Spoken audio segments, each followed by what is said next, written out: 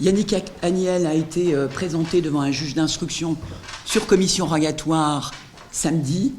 Il a été, après 48 heures de garde à vue, 48 heures de garde à vue qui ont été gérées par les services de police judiciaire de Besançon, représentés ici par leur commissaire.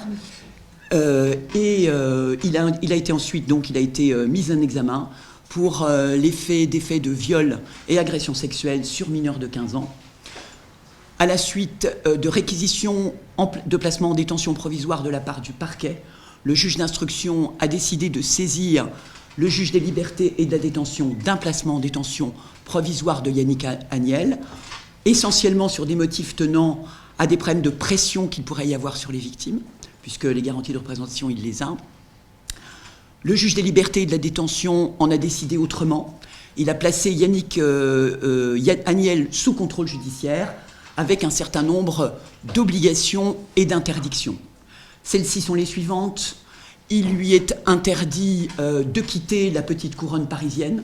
Il lui est interdit, sauf convocation judiciaire, de se rendre à Mulhouse. Il lui est fait obligation, en tout cas, de remettre son passeport dans un temps qui a été déterminé par le juge des libertés et de la détention.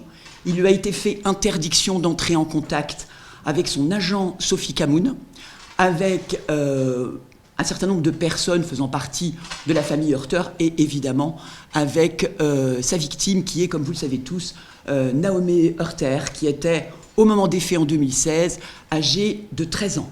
Je peux préciser peut-être que Yannick Agnel reconnaît la matérialité des faits qui lui sont reprochés. Il précise que pour lui, il n'avait pas en tout cas le sentiment qu'il y a eu contrainte. Si les faits sont, et ça c'est moi qui le rappelle, si les faits sont effectivement constitutifs de viol ou d'agression sexuelle, c'est parce que, vous ne l'ignorez pas, il existe une différence d'âge importante entre les 13 ans qui était l'âge de la jeune victime et les 24 ans de Yannick Agnel au moment des faits qu'il reconnaît, hein, je le reprécise, en tout cas matériellement. D'ailleurs, les chefs de mise en examen, c'est sur toute l'année 2016. Et ça s'est produit à la fois sur Mulhouse, sur Edisheim, mais également à l'étranger, en Thaïlande, à Rio, etc. Hein, et Tenerife, je crois. Il reconnaît la matérialité des faits, mais dans le même temps, il n'a pas eu le sentiment, effectivement, de placer cette jeune femme sous contrainte. Je pense qu'il regrette, en effet, peut-être de ne pas avoir suffisamment réfléchi à l'époque des faits sur cette fameuse différence d'âge. Voilà. Je pense qu'il le regrette, oui. En tout cas, il s'est exprimé ainsi.